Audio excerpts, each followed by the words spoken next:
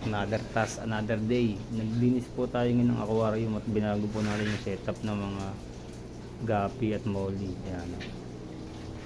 Nilinis din po natin yung iba natin lagay ng mga breeder. Kahit may bagyo, another task, another day. Update po tayo ngayon sa ating mga alaga.